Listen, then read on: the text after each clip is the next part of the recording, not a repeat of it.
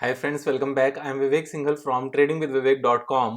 और आज हम बात करने वाले हैं अदानी विलमार के बारे में। अदानी विलमार के बारे में हमने पहले भी एक वीडियो बनाई थी। और अगर हम बात करने लगे कब बनाई थी, तो ऑलमोस्ट 5 मंथ्स पहले बनाई थी। और इसको आप यूट्यूब पर सर्च कर सकते हो, AWL विवेक सिंघल। अगर आप सर्च करोगे तो ये वीडियो टॉप पर आ जाएगी। एंड जो इसकी डेट थी दैट वाज March 4, 2022, यानी कि 4 मार्च को ये वीडियो बनाई थी। और 4 मार्च को इसका क्या प्राइस था, एक बार हम ये देख लेते हैं। 4 मार्च एग्जैक्टली काफी नीचे इसका प्राइस था 4 मार्च को। And the price was not means this was 364 only. तो मैं इसको एक बार मार्क कर लेता हूं यहाँ पर। जो भी प्राइस था 362 वाज द प्राइस। 4 मार्च की ये डेट है हमारी। मैं इसमें वर्टिकल भी लाइन ड्रॉ कर लेता हूं, जिससे हमें पता चल जाए किस डेट को हमने वीडियो बनाई थी।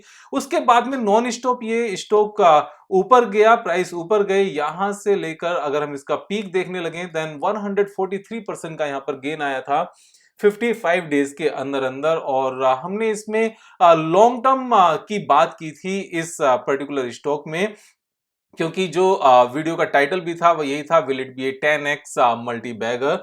तो मेरे हिसाब से 10x मल्टी बैगर ये है लॉन्ग टर्म के हिसाब से। लेकिन शॉर्ट टर्म में अभी इसमें क्या चीज नजर आती है वो देखेंगे। इससे पहले बिजनेस का मैं थोड़ा सा एक बार आइडिया दे देता हूं। अदरवाइज अगर इसकी पूरी डिटेल में वीडियो देखनी है तो जैसे मैंने बताया, इस वीडियो को आप देख सकते हो यूट्यूब पर जाकर। AWL अदानी विलमार लिमिटेड विवेक सिंघल करके सर्च करेंगे तो वीडियो टॉप पर आ जाएगी। जहां तक बिजनेस की बात है तो कंपनी FMCG कंपनी है and they are the largest edible oil manufacturer in India. और अगर इसकी फर्दर हम डिटेल में बात करने लगे तो और बिजनेस में हम लोग यहाँ पर जाते हैं, इसमें एडिबल ऑयल में जाते हैं।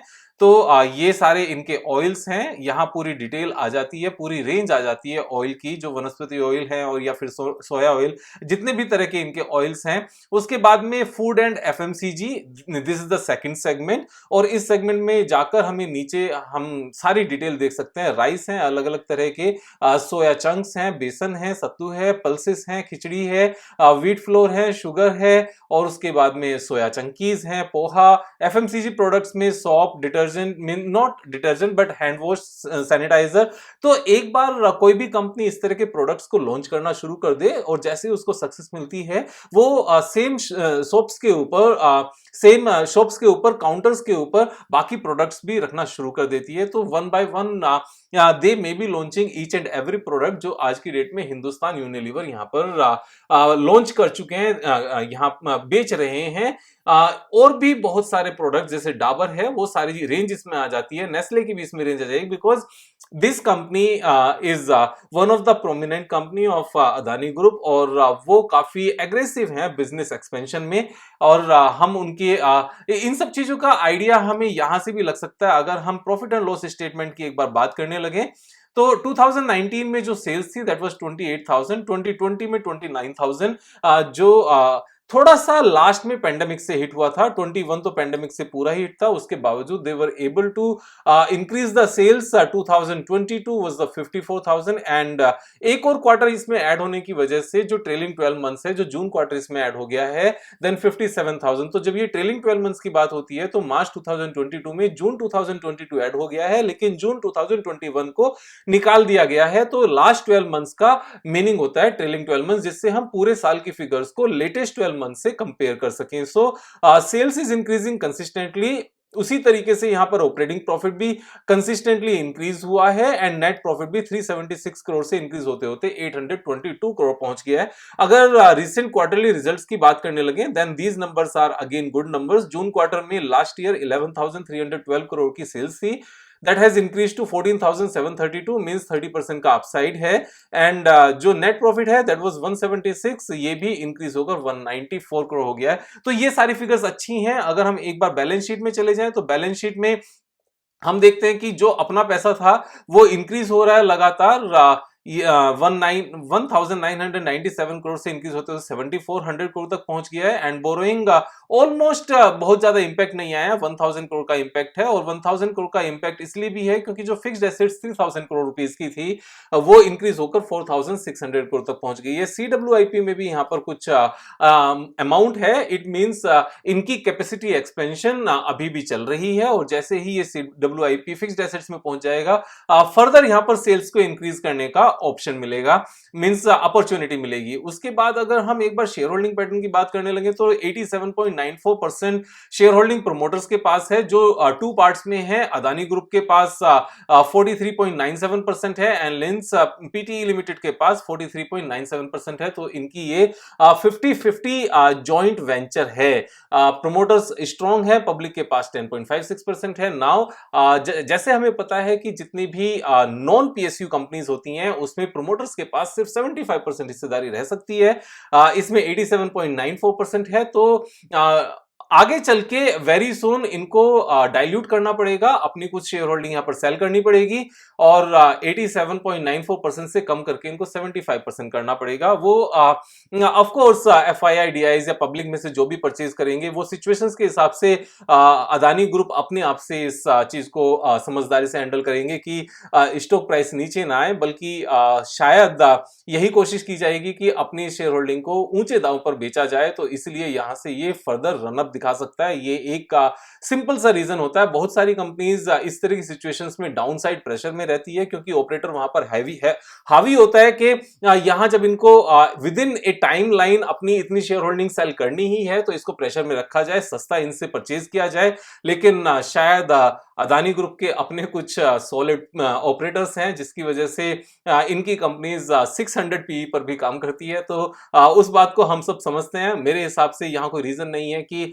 Stock price will be under pressure, because इनको डाइल्यूट करना है। यहाँ से ये ऊपर जाएगा और ऊपर जाने के बाद में ऊपर के भाव पर ही ये लोग इसको बेचने की कोशिश करेंगे। उसके बाद में अगर हम पी रेशो की बात करने लगे then of course this is trading at a very high P. 116 का पी है। 116 का पी कभी भी अगर हम जनरल सेंस में बात करें तो ये कोई अच्छा इन्वेस्ट करने के पॉइंट ऑफ व्यू से अच्छा प्राइस नहीं होता। तो ये एक इसका ड्रॉबैक है। लेकिन ड्रॉबैक अभी फिलहाल जब तक अदानी साहब वर्ल्ड्स रिचेस्ट मैन नहीं बन जाते तब तक शायद इस बात को हम इग्नोर करके चलें तो हम थोड़े बहुत टेक्निकल चार्ट पैटर्न के बेस पर पैसे कमा सकते हैं। अदरवाइज ये अपॉर्चुनिटी यहां से छूटती हुई नजर आएगी। Return on capital employed is good, that is 20.6% and as and when going forward they will be launching more products. जो इनका एफएमसीजी सेगमेंट है उसमें जिस तरीके से ये नए प्रोडक्ट्स लॉन्च करते रहेंगे यहाँ पर ब्रांड वैल्यू बढ़ती रहेगी एंड बाकी मींस पूरी इंडिया में इनके प्रोडक्ट्स नजर आने लगेंगे। तो उस टाइम पर दे will be having much more margin अपने प्रोडक्ट्स के ऊपर, जो अभी शायद उतने नहीं है। क्योंकि मार्जिन की बात करें तो डाबर, नेस्ले, हिंदुस्तान यूनिलीवर, आईटीसी, इनके मार्जिन यहाँ पर थोड़े से बेटर हैं। लेकिन debt to equity ratio is manageable, only 36%। तो यहाँ दिस इज ओके, ये एक फेयर पॉइंट है। तो कुल मिलाकर जो कंपनी की बैलेंस शीट है, अगर हम कंपनी की स्ट्रेंथ की बात करें then company has a solid balance sheet. यहां पर डेट इक्विटी रेशियो मैनेजेबल है। रिटर्न ऑन कैपिटल एम्प्लॉयड अच्छा है। जो कंपनी की ग्रोथ है वो अच्छी है। लेकिन अगर वैल्यूएशन की बात करने लगे, फंडामेंटली वैल्यूएशन की बात करने लगे तो ये हायर साइड पर है। इतनी हायर साइड पर हमें थोड़ा सा यहां पर कोशिश रहना चाहिए। लेकिन अगर हम टेक्निकल चार्ट पैटर्न की बात करने लगे तो जैसे मैंने बताया, जब ये रैली करना शुरू करता है तो वापस मुड़कर नहीं देखता। With in 55 days after making the video 143% का इस स्टॉक ने गेन दिया था। मुझे हालांकि इस बात को कहने की जरूरत नहीं है क्योंकि सभी लोग जानते हैं। तो वैसे अगर मैं फॉलोअर्स की बात करूं, अगर कोई स्टॉक वीडियो बनाने के बाद में थोड़ा सा ऊपर जाने से पहले नीचे आ जाए तो काफी लोग परेशान हो जाते हैं। वहां पर परेशान नहीं होना चाहिए।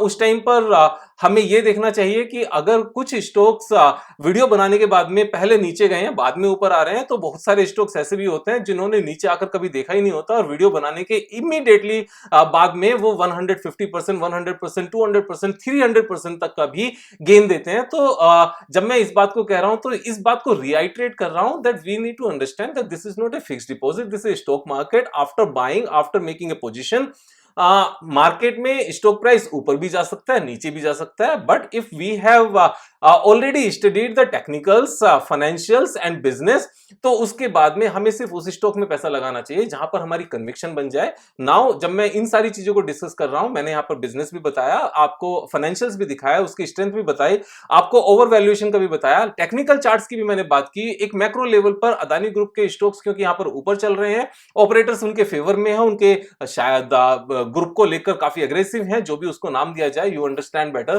तो ये सारी चीजें समझने के बाद में ट्रेड आपने अपने हिसाब से करना है। लेकिन अभी जो टेक्निकल चार्ट पैटर्न यहां पर बन रहा है वो मैं आपको बताता हूं। यहां पर एक बहुत ही अच्छा सा कप विद हैंडल पैटर्न हमारी सामने है, और इसके में अगर मैं आपको कप बताता हूं, then this is the cup, और यहां पर ये राइट में एक ब्यूटीफुल सा हैंडल है और ये प्रॉपर शेप के साथ बना है। इतना राउंडिंग होकर अगर कोई बनता है, दोनों चीजें, कप भी एंड हैंडल भी, और वो भी इस तरह के स्टॉक में जो पहले एक सॉलिड रैली दिखाने की काबिलियत रखता हो, उस केस में टेक्निकल चार्ट पैटर्न्स बड़े अच्छे से काम करते हैं। और अगर हम इसकी डेप्थ को पिक करें और यहां पर जो इसका ब्रेकआउट पॉइंट है, जिसको हम नेकलाइन भी कहते हैं, यहां पर अगर प्लॉट किया जाए, then technical target is coming 917। अभी जो स्टॉक प्राइस है दैट इज 731। करंट प्राइस से लेकर अगर टेक्निकल टारगेट तक की हम बात करने लगे, then there is a growth potential of 25%। इस तरह के जो टारगेट्स होते हैं, इनको अचीव होने में बहुत ज्यादा टाइम नहीं लगता। मेरे हिसाब से 3 मंथ्स के अंदर अंदर टारगेट अचीव हो जाना चाहिए। This is my experience. Again this is not a recommendation कि मैं आपको रिकमेंड नहीं कर रहा हूं कि आपको इसको विद इन 3 मंथ्स में यहां पहुंच जाएगा। मैं अपने एक्सपीरियंस के हिसाब से बात कर रहा हूं कि इस तरह के स्टॉक्स 3 मंथ्स में ऐसे टेक्निकल चार्ट पैटर्न के बेस पर 25% अचीव कर जाते हैं।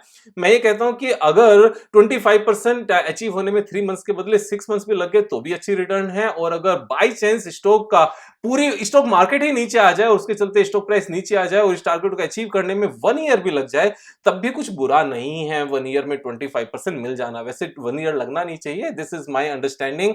तो इस तरह से समझ के जब हम किसी भी काम को करते हैं तो अच्छे पैसे मार्केट में बनते हैं। सोच समझकर पैसे लगाने चाहिए। एक चीज मेरी हमेशा याद रखना, किसी भी स्टॉक में जितनी मर्जी अच्छी कन्विक्शन हो, जितने मर्जी स्ट्रॉन्ग डेटा हो, टेक्निकल चार्ट पैटर्न हो, हमें कभी भी 5% से ज्यादा एक स्टॉक में पैसा नहीं लगाना चाहिए, क्योंकि स्टॉक मार्केट में अपॉर्चुनिटीज की कमी नहीं है। तो चैनल को अगर सब्सक्राइब नहीं किया है तो सब्सक्राइब कर ले, दोस्तों के साथ शेयर कर लें, क्योंकि अगर कुछ पैसे दोस्तों के भी बनेंगे, उनकी भी नॉलेज यहां पर गेन होगी, और उस नॉलेज के बेस पर अगर वो भी कुछ पैसे कमा पाएंगे तो ब्लेसिंग्स ही मिलेंगी। जैसे आप सब लोग मुझे ब्लेसिंग्स देते हो, वैसे ही अगर आपको भी मिलेंगी तो दिन दूनी रात चौगनी तरक्की करेंगे। Thank you so much. कल फिर मिलेंगे एक वीडियो के साथ, तब तक मजे करो यार।